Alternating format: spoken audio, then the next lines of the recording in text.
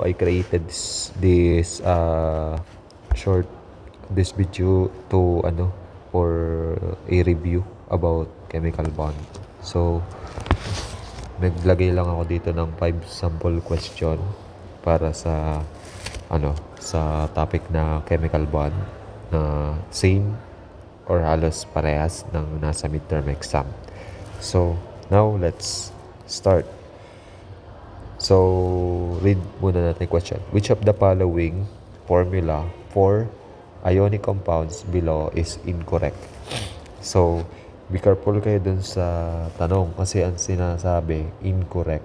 So now, how can you find kung correct or hindi yung mga formula na inilagay sa inyo dito sa option? So please be reminded na yung procedure natin na ginagamit para sa pagkuha ng correct chemical formula ay yung ating ginagawa usually na criss-cross method, kung saan yung kanilang mga charge ay i-criss-cross nyo. Then kapag reducible, ilogos to. For example, let us check itong mga given. Itong ating first option, ang ating aluminum meron siyang charge na positive 3, tapos ang oxygen may charge na negative 2. So if you're going to crisscross it, yung ating mga charge, di ba? So ito magiging subscript dito, tapos ito magiging subscript dito. So ganyan po yung mangyayari sa formula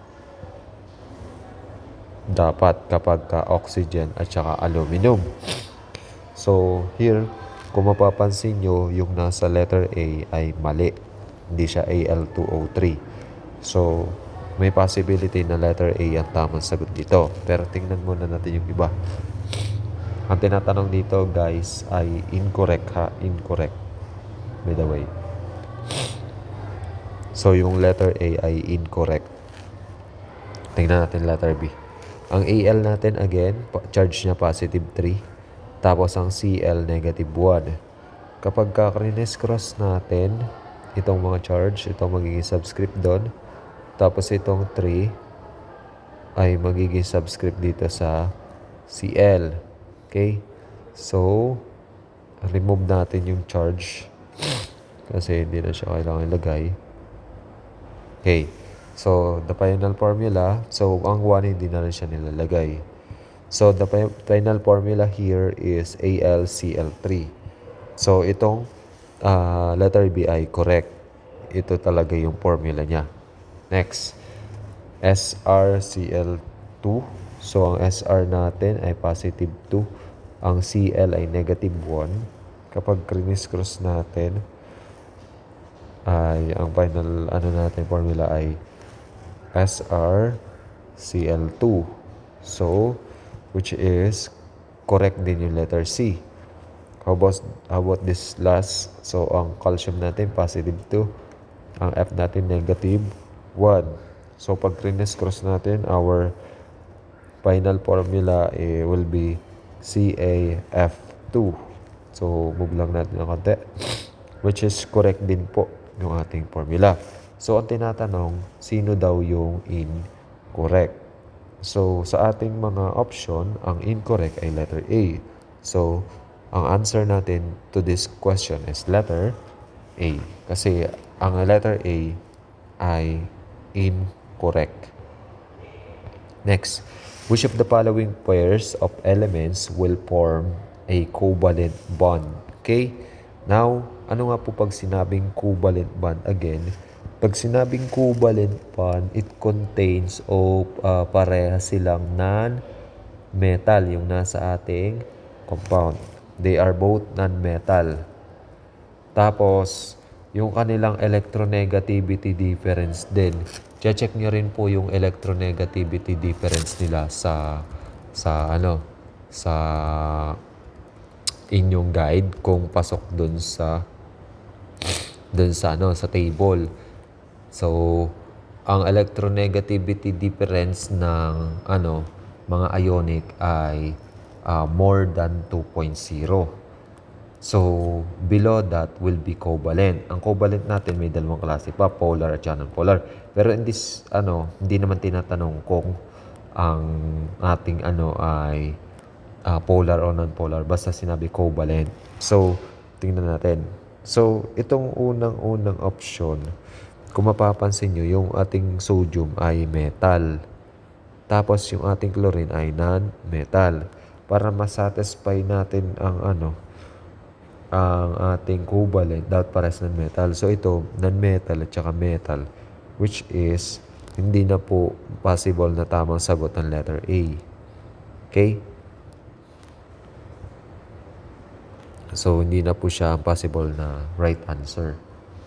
So next, we have letter B. Again, ang ating is calcium is metal, tapos ang oxygen is non-metal. So siya po ay hindi possible maging covalent, siya po ay ionic again, kaya hindi po siya. So dalawa na lang pamimilian natin. So sa C at D, may napikita pa po kayong metal? Yes, magnesium. So ito po ay metal, tapos ito ay non-metal. So that's why ang letter D ay hindi rin possible na tamang sagot. So we leave to the tamang sagot, which is letter C.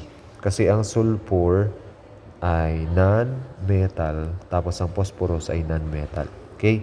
So, yun yung nasa periodic table, ito yung staircase. Yung nasa right side ay mga non-metal. Right. Kasi ko lang.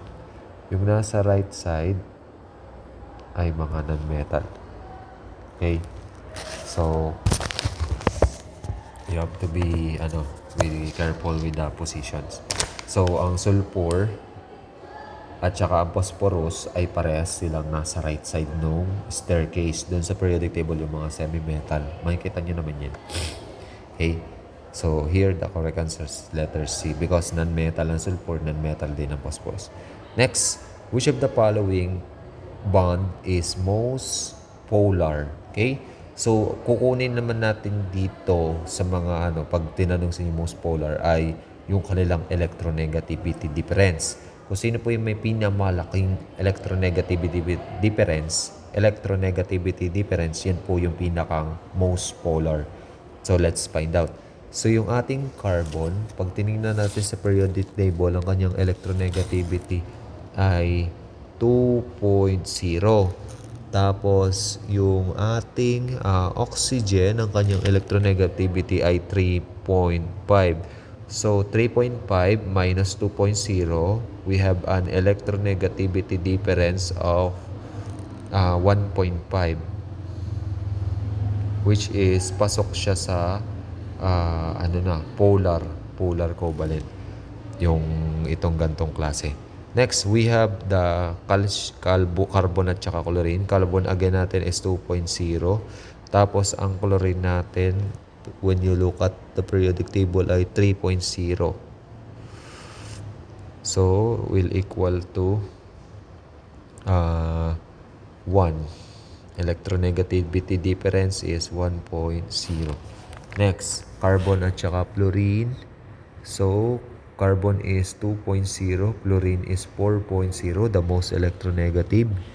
Then, pag minus natin, ang sagot ay ng EN difference ay 2.0. Okay. Carbon, hydrogen. So, ang carbon natin again, 2.0. Tapos, ang hydrogen natin ay 2.1. So, with an EN difference of 0.1. So, siya ang pinakang less. So, here, sa ating mga pamimilian, alin po yung may pinakamalaking electronegative difference?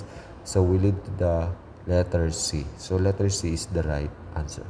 Tanong nga, pag tinanong ang most polar, yun po yung may pinakamalaking EN difference. Pag naman tinanong sa inyo ay most non-polar, ang hahanapin nyo naman ay yung may pinakamaliit na EN difference. So, dito sa question ko dito sa example, tinanong ay most polar. Kaya ang hahanapin nyo na dito ay yung may pinakamalaking EN difference, which is this one, CF. Okay? Next. Which of the following is classified as polar covalent? Okay. So, ganun uli. Kukunin nyo lang po uli ang EN difference. So, tandaan nyo, pag hydrocarbons or carbon-hydrogen, they are non-polar automatic. So, cross out na natin ito sa pamimilan. Hindi na siya possible na tamang sagot. Next, another rule. Kapag nakakita kayo ng ganito, parehas na element, pag minus nyo yung electronegativity niyan, magiging equal sa zero yan kasi parehas ang electronegativity ng nitrogen to nitrogen again. So, itong letter D ay hindi na rin po siya possible maging polar covalent kasi zero ang kanyang magiging EN difference. Okay?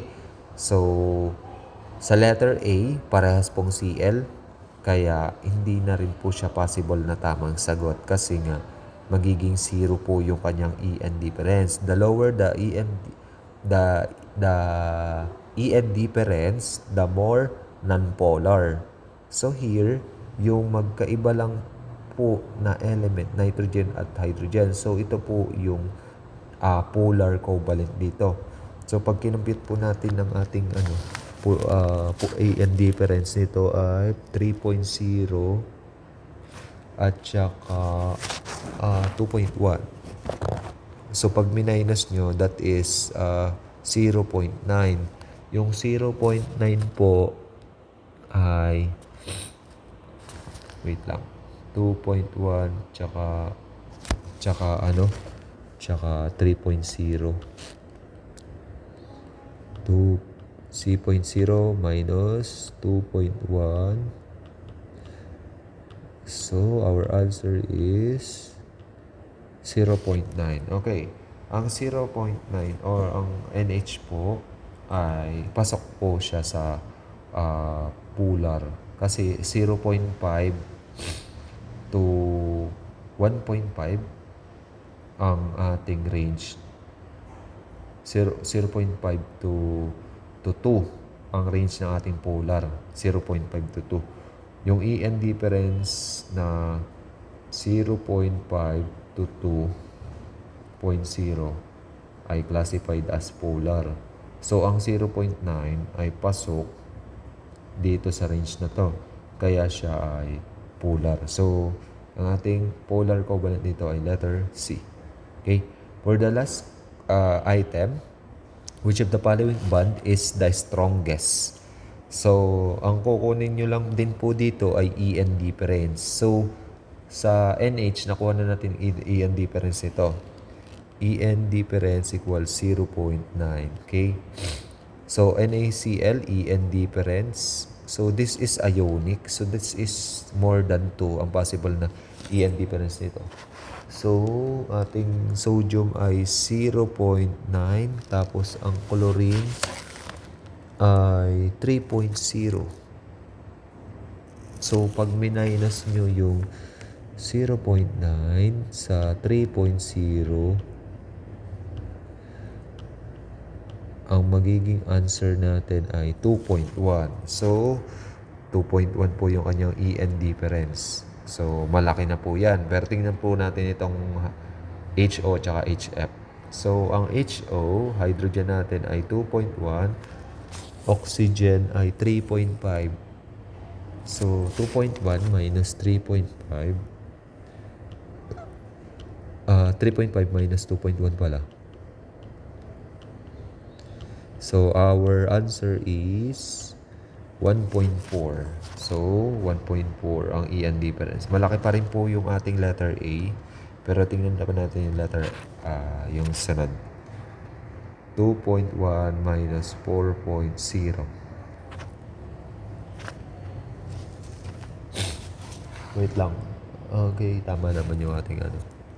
So, 2.1 minus 4.0. So, 4.0 minus 2.1. So, our is 1.9.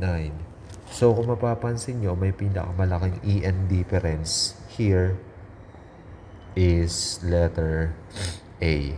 So, obvious naman kasi siya ay isang ionic. Ang ionic po ay strongest po talaga yan compare sa covalent. So, the answer is letter A. Okay? So, I hope this video review ay helpful sa inyo para sa inyong preparation sa midterm exam. That's all muna po for this video and God bless.